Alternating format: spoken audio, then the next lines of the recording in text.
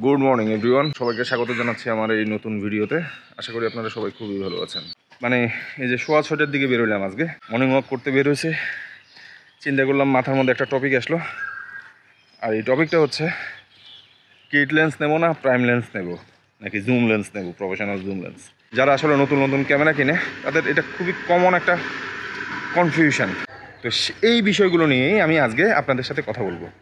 তো চলুন ভিডিও শুরু করি। আপনারা একটা ক্যামেরা কিনবেন, সেই ক্যামেরাটা সনি হতে পারে, নাইকন, ক্যানন, যে ক্যামেরাই কেনেন, কিন্তু আপনি লেন্স কোনটা কিনবেন? লেন্সের অপশন আছে তিনটা। 1 কিট লেন্স, 2 প্রাইম লেন্স, আর 3 জুম লেন্স। এখন এই তিনটা লেন্সের কিন্তু মোটামুটি 2 রকমের কাজ।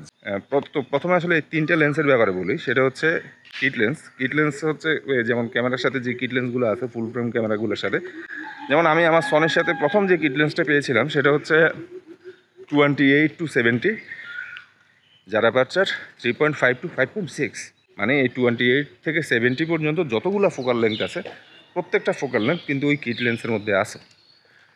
আর যার অ্যাপারচার হচ্ছে 3.5-5.6, মানে অ্যাপারচারটা ফিক্সড না। আপনি যতখানি জুম করবেন 28-এ থাকবে 3.5, আর যখন আপনি জুম ইন করে একেবারে 70 পর্যন্ত যাবেন তখন তার অ্যাপারচার হয়ে দাঁড়াবে 5.6। লাইটের পরিমাণটা কমে যাবে এবং ব্যাকগ্রাউন্ড ব্লারও কমে যাবে। আর প্রফেশনাল যে জুম লেন্সগুলো আছে যেমন 24-70 অথবা 70-200, সেগুলোর কিন্তু অ্যাপারচার ফিক্সড হয়। যেমন আমার এরকম ফিক্সড অ্যাপারচারের লেন্স আমি দুইটা ইউজ করছি, সেগুলোর ব্যাপারে বলি। একটা হচ্ছে 24-70 সিগমা ডিজিডিএন আর্ট লেন্স। এটার অ্যাপারচার ছিল 2.8, খুবই প্রফেশনাল লেন্স, খুবই ভালো লেন্স। আর আরেকটা লেন্স আমি ইউজ করছি 24-105 f4, ওইটাও বেশ ভালো লেন্স। 24 থেকে 105 পর্যন্ত যতগুলো ফোকাল লেন্থ আছে প্রত্যেকটা ফোকাল লেন্থ আপনার এই 24-105 জুম লেন্সের মধ্যে আছে। অ্যাপারচার 4, আপনি 24-এও অ্যাপারচার 4-এর মধ্যে পারবেন এবং 105-এ গিয়েও আপনি 4 অ্যাপারচারে আপনি ছবি তুলতে পারবেন, যেটা আপনি ওই কিট লেন্সে পারবেন না আবার। হ্যাঁ, তো এইরকম ভেরিয়েবল অ্যাপারচারের কিন্তু অনেক লেন্স আছে মার্কেটে। স্পেশালি কিছু বড় বড় জুম লেন্স আছে, সেগুলো কিন্তু বেশ ভেরিয়েবল অ্যাপারচারের, যেমন 70-350 অথবা 70-300। হ্যাঁ, 70-200 না, কিন্তু 70-300। তো এই লেন্সগুলো কিন্তু ভেরিয়েবল অ্যাপারচারের হয়। তো আর এর মাঝখানে যে লেন্সটা আছে সেটা হচ্ছে প্রাইম লেন্স। যেমন 20mm f1.8, 24mm f1.4, তারপরে 35mm f1.8, 35mm f1.4, 50mm f1.8, 50mm f1.4, 50mm f1.2, 85mm f1.8, 85mm f1.4। এরকম আসলে প্রত্যেকটা ফোকাল লেন্থেরই আলাদা আলাদা প্রাইম লেন্স আছে। তো এখন প্রাইম লেন্সের কিন্তু একটা বেশ ভালো একটা সুবিধা আছে, সেটা হচ্ছে গিয়ে প্রাইম লেন্সগুলো কিন্তু ছোট হয় আকারে, আর যে জুম লেন্সগুলো আছে প্রফেশনাল যে জুম লেন্স সেগুলো কিন্তু আকারে একটু বড় হয়, একটু ভারী হয়। তো আসলে প্রত্যেকটা লেন্সেরই কিন্তু অ্যাডভান্টেজ ডিসঅ্যাডভান্টেজ আছে। তা আপনি তো বিগিনার মানুষ, আপনি তো আর এগুলো সব কিছু জানবেন না, ঠিক না? কোন ফোকাল লেন্থে আপনি বেশি কাজ করবেন সেটা আপনি জানেন না, কোন ফোকাল লেন্থটা আপনার পছন্দ হবে সেটা আপনি জানবেনই না। এটা কারা করতে পারে? যারা প্রফেশনাল, যাদের এক্সপিরিয়েন্স আছে, তারা কিন্তু এই কাজটা ধুম করে ফেলতে পারে। তো আমি কিন্তু কিট লেন্স নিয়ে প্রায় 1 বছর কাজ করার পর দেন আমি একটা প্রাইম লেন্স নিয়েছি। সো তো তাহলে আসলে ওই যে প্রফেশনাল জুম লেন্স সেগুলোর কাজ কি? সেগুলোর সাথে প্রাইম লেন্সের অথবা কিট লেন্সের যে তফাৎটা সেটা হচ্ছে, প্রফেশনাল জুম লেন্সগুলো কিন্তু প্রথমে বললাম এগুলো কিন্তু ফিক্সড অ্যাপারচার, 2.8 হয়, 4 হয়। এগুলো কিন্তু এই লেন্সগুলো কিন্তু প্রাইম লেন্সের অথবা কিট লেন্সের তুলনায় বেশ ভারী হয় এবং বড় হয়, বাল্কি হয়। কিন্তু এগুলোর একটা অ্যাডভান্টেজ আছে, এগুলোর নর্মাল যে জুম লেন্স কিট লেন্স সেগুলোর থেকে অনেক অনেক শার্প হয়। জুম লেন্স কিন্তু এমনিতেই অনেক মানে ভার্সেটাইল। আপনার যখন তখন আপনি আপনার সিচুয়েশান বুঝে, যেমন আপনার ওয়াইড অ্যাঙ্গেল ছবি দরকার, আপনি দুম করে 24-এ চলে গেলেন, হ্যাঁ 24-এ গিয়ে আপনি f2.8-এ আপনি একটা ছবি তুলে নিলেন, আপনার ছবিটা অনেক সুন্দর আসলো।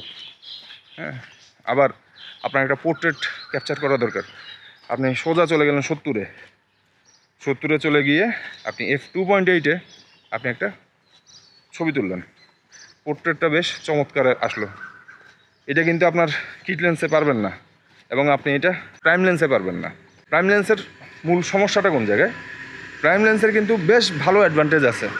প্রথমে আগে অ্যাডভান্টেজগুলো বলি। প্রাইম লেন্সের যেহেতু অ্যাপারচার অনেক মানে f1.8 মিনিমাম থাকে অথবা f2 পয়েন্ট থাকে, অ্যাপারচার ফিক্সড হওয়ার কারণে লেন্স প্রচণ্ড পরিমাণ শার্প হয়, এবং f1.8-এর যেই অ্যাপারচার সেটা f2.8 থেকে অনেক অনেক বেটার, অনেক অনেক শার্প, এবং লো লাইটে অনেক ভালো কাজ করতে পারবেন f1.8-এ। তার 1.4-এর তো কথা নাই বলি, কারণ 1.4 আরও বেশি ব্রাইটার 1.8-এর থেকেও, হ্যাঁ অনেক বেশি ব্রাইট, এবং ব্যাকগ্রাউন্ড ব্লার অনেক বেশি হয়।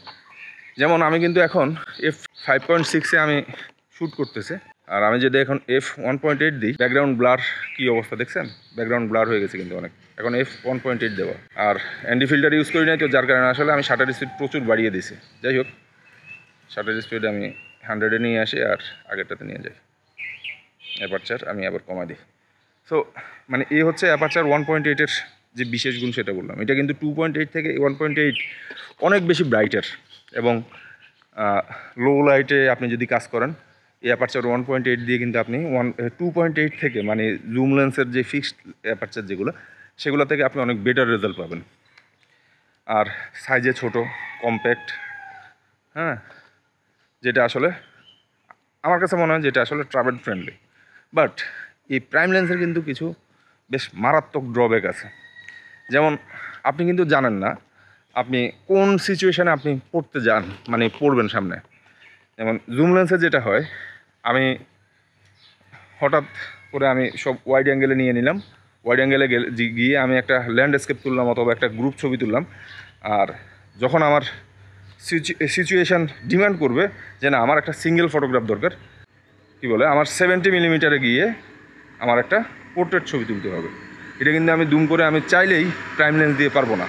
প্রাইম লেন্সে করতে গেলে আমাকে লেন্সটা চেঞ্জ করতে হবে, অথবা পিছনের দিকে যেতে হবে, অথবা সামনের দিকে আগাইতে হবে, মানে আপনাকে মুভ করতে হবে। প্রাইম লেন্সের এটাই একটা অসুবিধা, আপনি চাইলেই ধুমধাম করে আপনি প্রোডাকশান করতে পারবেন না, আপনাকে একটু রইস হয়ে প্রোডাকশান করতে হবে।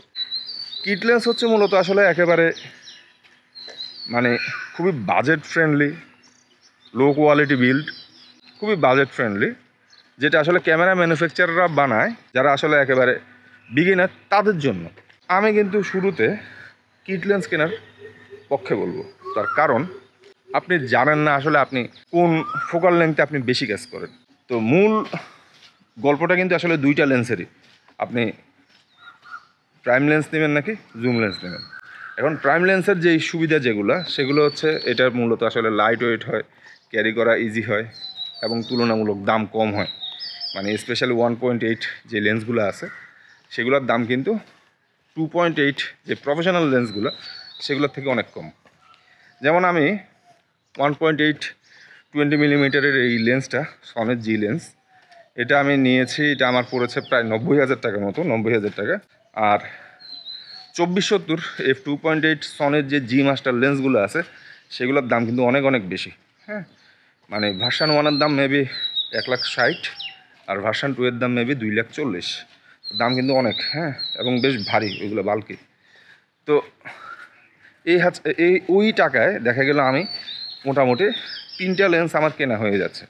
তো আলটিমেটলি কিন্তু 3টা লেন্স যদি আমি কিনি, সাপোজ 20 মিলিমিটার সাথে 50 মিলিমিটার 1.8 এবং 80 মিলিমিটার 85 মিলিমিটার 1.8, সেই লেন্সগুলোর সামগ্রিক ওয়েট হয়তো বা 2470 f2.8 জি মাস্টার লেন্সের মতো হবে। সামার আপ যদি করি, আপনি যদি ইভেন্ট ম্যানেজমেন্টে কাজ করেন, মানে ওয়েডিং অথবা ট্রাভেল ফিল্ম মেকিং, এগুলোতে যদি কাজ করেন, তখন আপনার আসলে একটা জুম লেন্স থাকাটা দরকার। যারা আসলে কন্ট্রোলড এনভায়রনমেন্টে যারা আসলে কাজ করুন, যেমন স্টুডিও বেজ ফটোগ্রাফি যারা করেন, প্রোডাক্ট ফটোগ্রাফি যারা করেন, প্রাইম লেন্সগুলো ইউজ করে। কারণ প্রাইম লেন্সে আলটিমেট শার্প রেজাল্ট আপনারা প্রাইম লেন্সে পাবেন। হ্যাঁ, এবং ব্যাকগ্রাউন্ড ব্লারি, বুকে ব্যাকগ্রাউন্ডে আপনারা প্রাইম লেন্সে পাবেন, জুম লেন্সে কখনোই সম্ভব না। সো আশা করি আমি আপনাদেরকে বুঝাতে পারছি। আর যদি ওইভাবে যদি বুঝাতে না পারি তাহলে সরি, কারণ টোটালি স্ক্রিপ্ট ছাড়া এই ভিডিওটা রেকর্ডিং করছি। যাই হোক, আশা করি আমার এই ভিডিওটা আপনাদের উপকারে আসবে। আপনাদের যদি কোনো রকম প্রশ্ন থাকে তবে কমেন্টস করে জানান, আমি যথাসাধ্য চেষ্টা করব ওই কমেন্টসে রিপ্লাই দেওয়ার জন্য। ফেসবুকের লিঙ্ক আমার ইউটিউবে অবশ্যই দেওয়া আছে, সেখান থেকে চাইলে আপনারা আমাকে নক দিতে পারেন, আমি আপনাদের প্রশ্নগুলো জবাব দেব, কোনো সমস্যা নাই। আর হ্যাঁ, পরবর্তী ভিডিওতে আবার আপনাদের সাথে দেখা হবে। ততদিন পর্যন্ত ভাই ভালো থাকুন, সুস্থ থাকুন, টাটা।